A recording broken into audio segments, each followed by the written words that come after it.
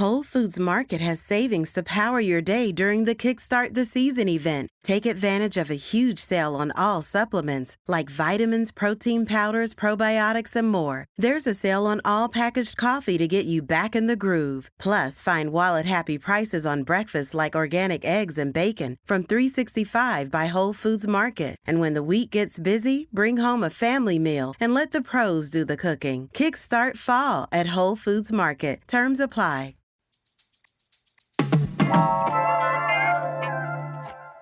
Happy Friday, everyone. So today on CityCast Las Vegas, I'm filling in for David, and I've got newsletter editor Scott Dickensheets and contributor April Corbin-Gurnis with me. And we're talking about yet more drama over at the Embattled Animal Foundation, a challenge to the A's stadium from an unlikely source, and a topic I'm personally very excited about, our favorite tacos in Las Vegas. It's Friday, September 8th. I'm Sonia Cho Swanson, and here's what Las Vegas is talking about.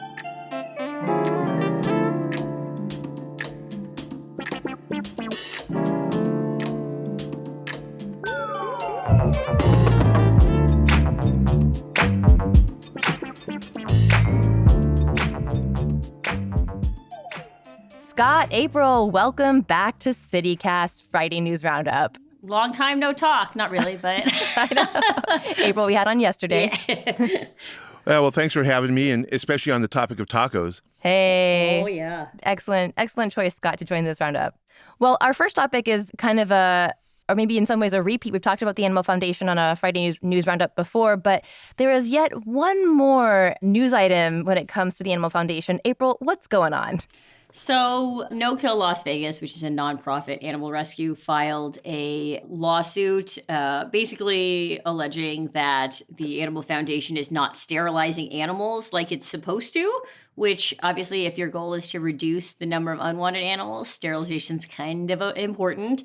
And also, sort of repeating other things we've heard about their bad management, including sort of false advertising, like the Animal Foundation basically says on its website and its materials that it's supposed to accept any animals. But right now, and for a long time now, there has been an appointment-only system for surrendering animals. So the nonprofit's basically saying in this lawsuit that, hey, not like small, tiny, underfunded nonprofits like us, I have to pick up the slack when the Animal Foundation isn't doing these things, and they're asking the court for relief, and they're asking the court to tell the Animal Foundation, like, hey, get your stuff together, start spaying and neutering animals like you're supposed to, and so that's just the latest in a long string of drama with the Animal Foundation. One thing that interests me about this lawsuit is the contention by No Kill that it and other nonprofits that deal with the Animal Foundation have to be careful what they say publicly about it, lest the foundation actually euthanize their animals in retaliation. So that was, that seems pretty Machiavellian there. So they're essentially saying that rather than fess up to their shortcomings, the Animal Foundation would rather cover it up by euthanizing the animals? That appears to be what they're saying, yes. Huh. And the Animal Foundation's obviously said that the lawsuit is like ridiculous and they're sort of wholly dismissing it as sort of not valid, but obviously it'll play out, so we'll see, and maybe we'll start to see some of those. Like Scott says, maybe some of that evidence and stuff will come forth as the lawsuit goes forward, but it's definitely messy and terrifying to think of when you think that these are poor little animals that are caught in the middle of this. Right. And it's been interesting because I've been learning more about the Animal Foundation as we've covered it. And we have a really interesting partnership because they're not a government entity. They're a private organization that is funded by the cities of North Las Vegas and Clark County and the city of Las Vegas. So it gets government funds. It's the only animal shelter in Las Vegas that actually gets government funds. There are other shelters and rescues, but they're the ones who are kind of more open to public scrutiny, and certainly they're finally getting some of that, the last couple of years. So I guess my question for y'all is, how does this latest news track with what we've been learning about the Animal Foundation over the last year and counting? I mean, do you see this as part of, some organizational failure on their part, or is something more systemic afoot? This has been going on for a while. I'd say really, if you're a longtime Las Vegan, you'll know that the Animal Foundation has a long history. Like Scott will probably remember over a decade ago, there were issues with them and like outbreaks of diseases and stuff, shutting down shelters and stuff. Like it was pretty bad. And then it sort of seemed to like calm down for a few years. But now really, and I think with the pandemic especially, for whatever reason, it really sort of has ramped up again. There's been reports. City Councilwoman Victoria Seaman has really taken it on as an issue, and she's went and done visits to the shelter and said she's just seen dogs like covered in feces and in unclean cages and things like that, and really sounded the alarm.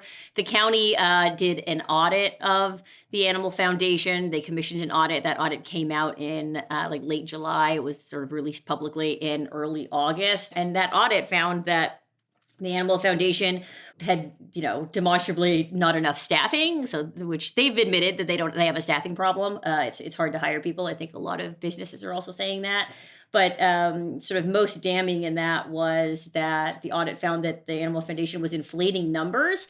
So they were sort of saying, we're at 95% capacity today, which triggers this thing called like red flag in the animal code world, where the city and county animal control officers can't drop off animals to them anymore. Wow. Because they're at capacity. But the problem is that they weren't at capacity, the audit found. So they were sort of lower, and they were like, well, you're doing something wrong. And I think a lot of people are reading that as sort of misleading the public. And what are you doing? So this is definitely part of a larger issue. The Animal Foundation's asking for more money right now, and the municipalities have kind of kicked that down the road as they try and figure out like what the hell to do about this, because not a lot of people are happy with it right now. Right. Scott, what's your take? Well, we've talked about this before. We're talking about it today, and I have a strong sense we'll be talking about this again in the foreseeable future. I mean, it does seem somewhat systemic to me, and probably part of the blame lies on the public and their sort of fickle treatment of animals. Like, oh, we have this nice dog. Oh, it poops in the yard? Off to the shelter, So I think the public also has to play its role in fixing this problem. Sure. And like April said, I mean, staffing issues are real. I mean, part of what the Animal Foundation is saying is that they're dealing with a really hard time hiring and keeping staff. I think that's happening across the labor market. And we also saw like record numbers of pets being surrendered, during these kind of tough times. So, there are maybe both things hand in hand, some kind of organizational failure and, tough times for cats and dogs right now. So we're not policymakers. We don't control the purse strings or the rules around animal shelters. I guess what I'm wondering is, should, this change how degular folks in Clark County interact with the Animal Foundation? I mean, should we stop patronizing them? Should we stop supporting them or donating to them? What's your take on this? I think that ultimately, even if you're frustrated with the Animal Foundation, if you're looking for an animal, you still need to go to them to find an animal. Like it's still, I think that you can't blame them for everything. Like Scott said, there is some sort of, they're not maybe helping the situation, perhaps you could argue, but they're all we've got. They're all we've got in terms of this. I mean, so, I think the big onus really is for people absolutely not to shop for like backyard breeders and pet stores, which, I might get angry emails from them about this, but, they say they use reputable places, but a lot of the times they don't when you sort of look into it. And obviously, there's a problem when there's so many animals that you can just go and adopt for almost free, because they're doing sort of like, sales all the time and things like that. So I think you still have to support them. And it kind of has to be in conjunction, right? I think you're starting to see more people speak out about the Animal Foundation. So if you feel strongly about that, it's one of those things where if you need a dog or cat, go to them. But also write a letter to your, city council people and the people who really do make a difference, because they are listening. And, that's what we have to do, I think. Yeah. Well, remember, Clark County did ban the sale of puppies, and I think it was kittens too, maybe in pet stores. So that will take effect, I believe, in December, because it happened in December of last year, and pet stores had 1 year to comply. So hopefully that'll send a little more business, quote unquote business, their way to the Animal Foundation. Adopt, don't shop. And also, I think people should stop buying pets on a whim. Make sure you want to get a pet before you get one. Just because little Timmy wants one, is that really, are you going to upend the household and be happy about that for the lifespan of that pet? And don't get rid of them. A lot of it, like when they're older, like they're a lifelong commitment. I think Absolutely. they've said that's a problem where like you'll get the dog and you'll have the dog for like 10 years. And then they're like, well, I want a cute puppy. And then they'll just abandon their older dog, which is like absolutely heartless, I think. But stop doing that. Yeah. 100%.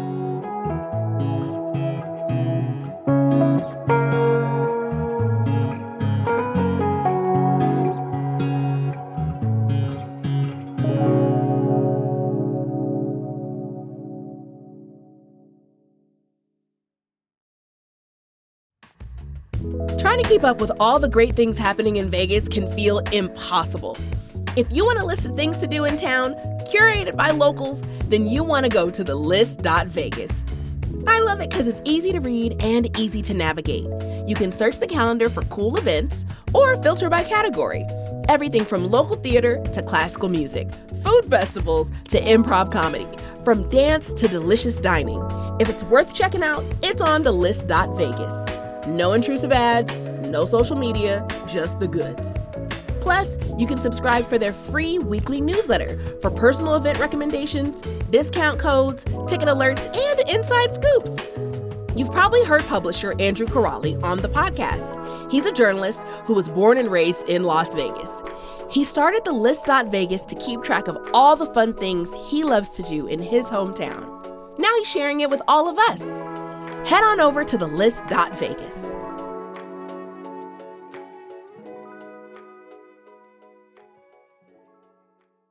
Whole Foods Market has savings to power your day during the Kickstart the Season event. Take advantage of a huge sale on all supplements like vitamins, protein powders, probiotics, and more. There's a sale on all packaged coffee to get you back in the groove. Plus, find wallet-happy prices on breakfast like organic eggs and bacon from $3.65 by Whole Foods Market. And when the week gets busy, bring home a family meal and let the pros do the cooking. Kickstart fall at Whole Foods Market. Terms apply. All right, well, on to more puzzling topics. I saw this headline, and I gotta admit, I was kind of baffled. Apparently, a teachers' union is getting involved in the muck around the A's stadium. What the heck? Scott, please explain. Well, as you know, the legislature and the governor approved up to $380 million in public funding for the A's stadium. The Nevada State Education Association, which is a statewide teachers union, has formed a nonprofit called Schools Over Stadiums, and they filed a notice that they're going to do a referendum, a petition to repeal that funding. And so, this is giving strong bros before hose vibes, but yes, go ahead. So yeah, they have a year to gather the requisite number of signatures and put this before the voters on the 2024 ballot. Did they say why? I mean, they're a teachers union. Did they say why they have an interest or a vested interest in blocking the stadium? Well, I think the assumption is that money could be better used for better purposes than a stadium, i.e., perhaps some education funding. And so would the referendum basically force the diverted funds to go to education, or could it just kind of go back into the general coffers? No, I think at this point, it's just basically to stop the state from spending certain funds toward the stadium. Okay, so theoretically, the legislature could be like, thanks for the money, I'm going to go build a giant gumball machine now in the middle of Elko. Is that, I mean, theoretically. Well, no, to answer the question, I'll jump in. But like the referendum and the part of the bill that the referendum is asking about is related to bonding. So it's related to what pays off the bond. So like the deal, not to get too far into weeds, but the deal that the legislature passed was that Clark County would issue bonds that would help pay for it. So what this referendum is essentially doing would be kind of stripping $120 million of that funding, of the funding that's public revenue that would pay back the bond.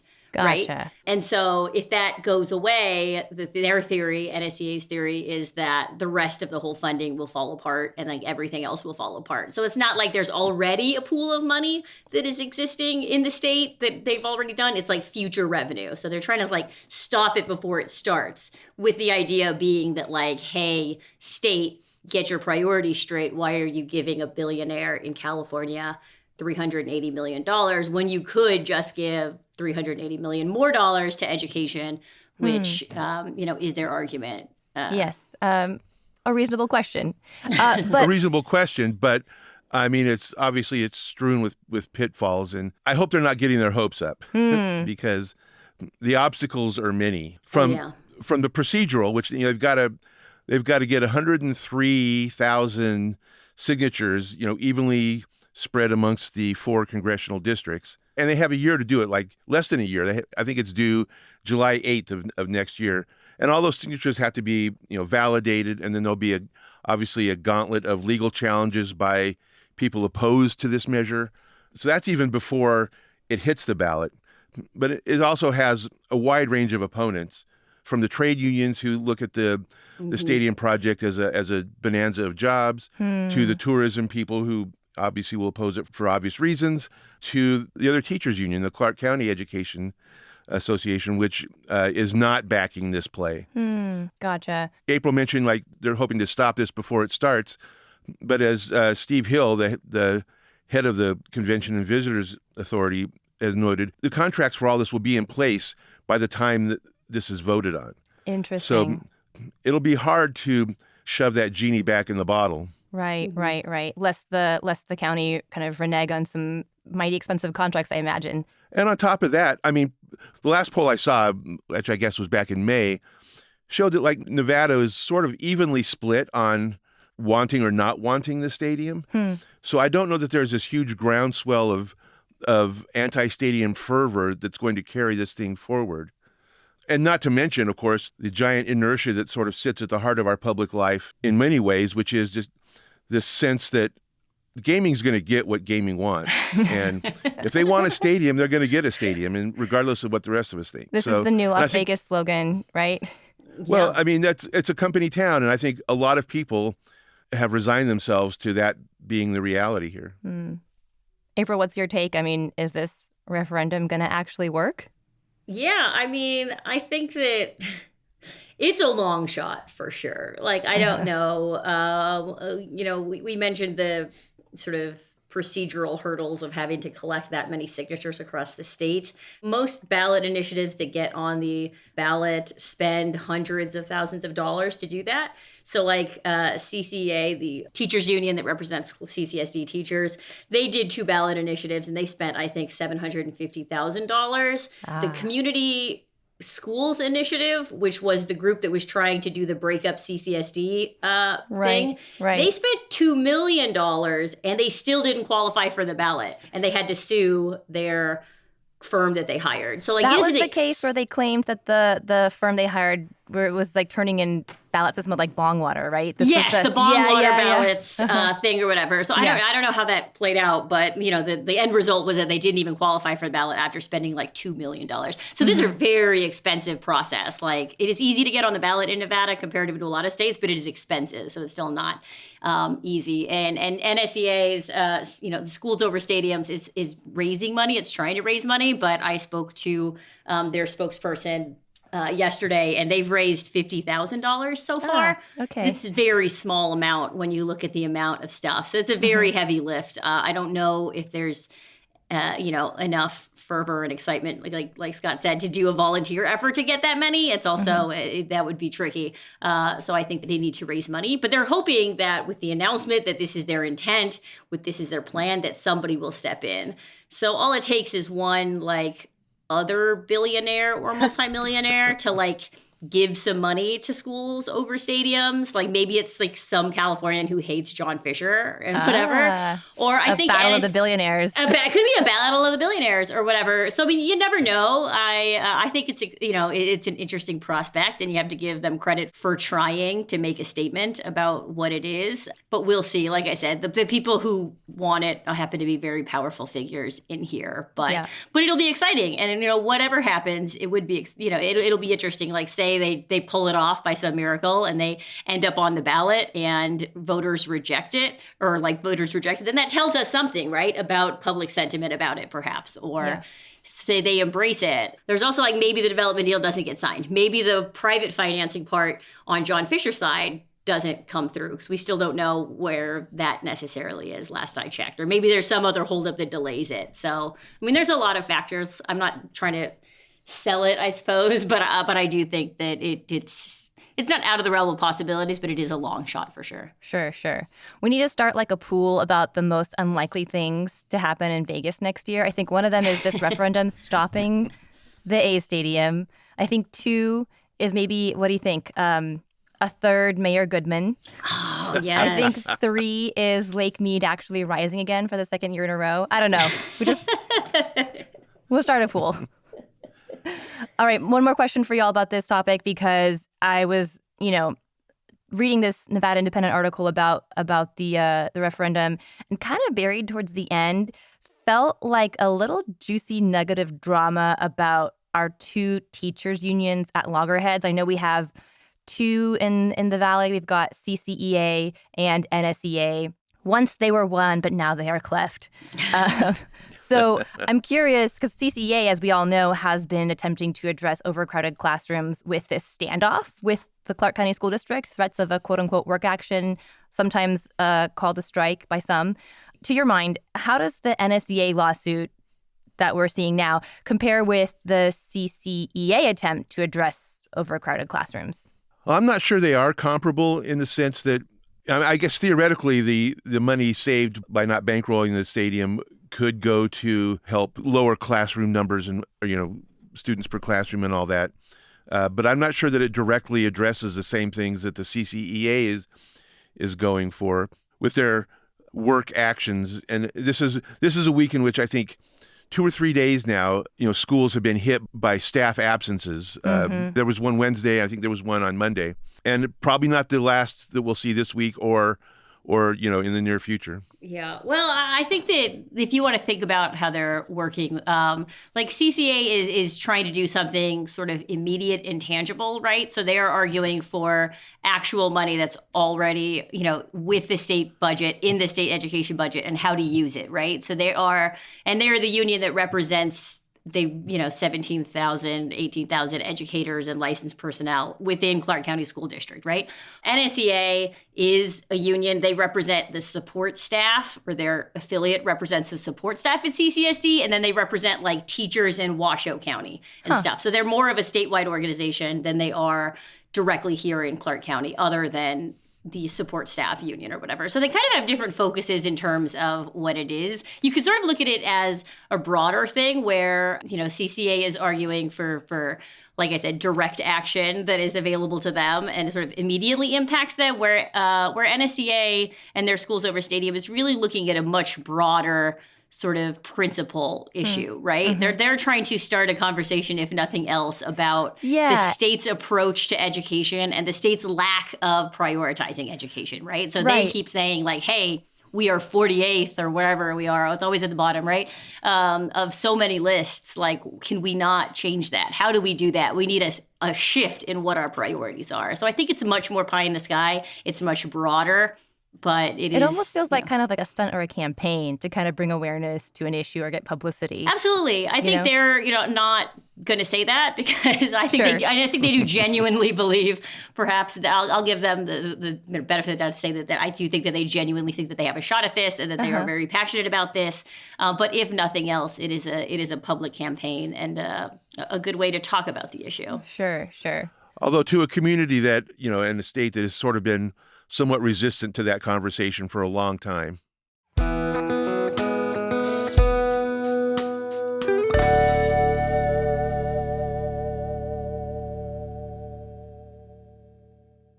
All right, on to our third topic, my favorite topic of the day. I just saw a story that says Vegas is ranked as the 3rd best taco town in the country.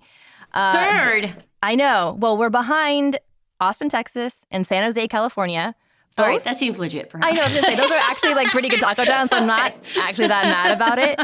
But to give you some stats in this highly scientific ranking, they counted up how many taco places per 100,000 people, and we have 7.2, which works out to 205 restaurants across the valley. This is an article from the Las Vegas Review-Journal by Jonathan Wright. And, he says tacos are serious business. I agree. So what do y'all think? Is third place for Vegas fair? Is it too low, too high? And let's be real, are these so-called rankings even real? If they're good rankings, then yes, they're good. No. This was a study conducted by a real estate website that crunched a lot of numbers, but crunched absolutely zero tacos in the process of reaching their findings. So I don't know if we're the number 3 city. I don't know if we deserve that.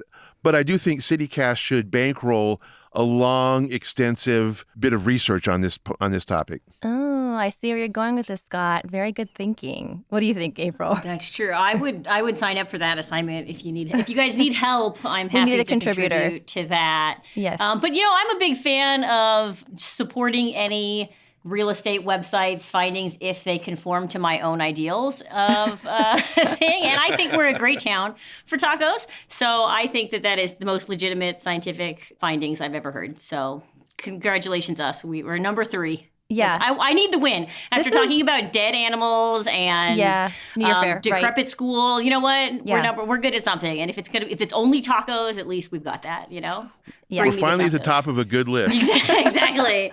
All right. Yeah, I'll take that. Yeah, you know what? Data journalism experts out there, I'm sure, are kind of weeping into their mugs, but we'll take it. If it brings us joy, we'll take it. I have to ask you guys the most important question of all. What are your favorite taco spots in Las Vegas? Are you going to give up the goods? I will say that anything that Baja Mar makes, I will. If anything they put in a taco shell, I'll eat. So that's that spot downtown. We had a team dinner there, actually. Oh.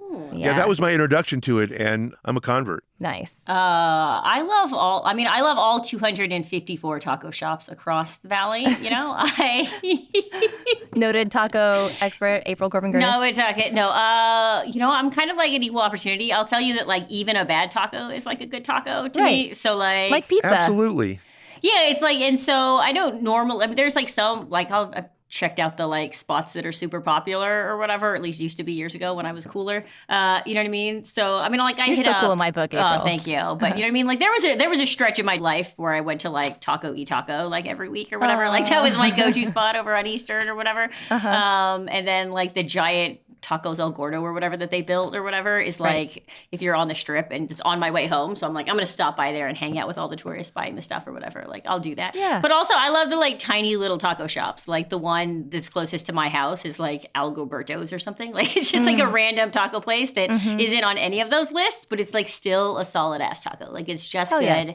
And I don't need fancy and I don't need esteemed. You know what I mean? Just almost all of them are good. It's good. Just go to the one closest to you, and it's probably going to be better than most things that you're going to eat today. Yes, yes. Proximity to a taco truck is definitely, and I think that's what that ranking's getting at, right? Exactly. Is that if you can pop out at night and you're tired and you're hungry and you need something delicious to eat, you can find a taco stand anywhere in Vegas. I have a couple recs if you'll let me get away with 2. So if you're wanting something a little more sit down bougie, I shouldn't even call it bougie, but just delicious, and they make their own tortillas in house with nixtamalized corn. Milpa over on it's Fort Apache and near Spring Mountain. It's near Mint Indian Bistro. Makes amazing tacos, and their tortillas are just delicious. They're super flavorful, and they have all these beautiful colors and stuff. The second one, I actually have to give a shout out to my friend Tony, who introduced me to this place. You know where Tacos El Gordo is on Charleston? It's a great taco shop, but if you go across the street on 17th and Charleston, there's a taco truck called Tacos Al Pastorcito. And it's just a little truck stop. It's a little, there's not really a spot to eat or anything. People just eat off the back of their cars and, park around there. But they have amazing tacos. I think their meat's a little less fatty than Tacos El Gordo's is. And I always get the al pastor con piña, which means with pineapple. I love it with pineapple. It's so good. So that's my shout out. I think it's okay that you had 2 since April had 250. Yeah. So I think it's all right. Thank you. And I have a question, though. Is pineapple in tacos as controversial as pineapple on pizza, or is it still down? I love pineapple, No. so no. Okay. Yeah, are we all pro pineapple here? Because I totally am. I love pineapple. Yeah, put it on everything. So pizza and tacos. Here, here. All right, well, this was a wonderful conversation. I have so many things to eat going into the weekend. I just can't stop thinking about tacos now. Thank you. And as always, so much fun. Thanks so much, you guys. Yeah, thanks for having me. Yeah, thank you.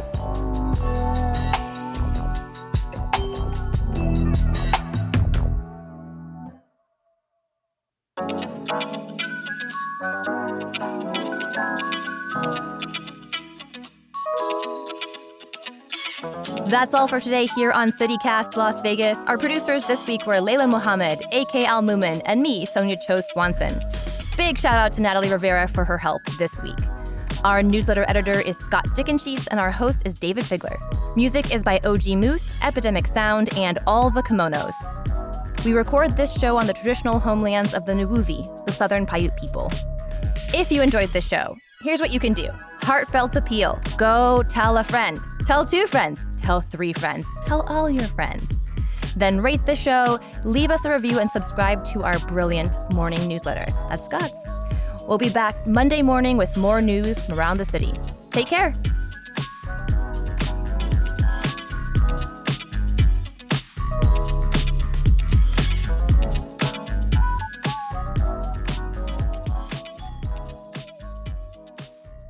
Like it is. I mean, we joke around about their battle, and it's really sort of amusing to some of us observers. But it does seem counterproductive sometimes to the larger one. It would be nice if they could get along for sure, Yes. but Yeah. oh well. Why can't we be friends? Okay.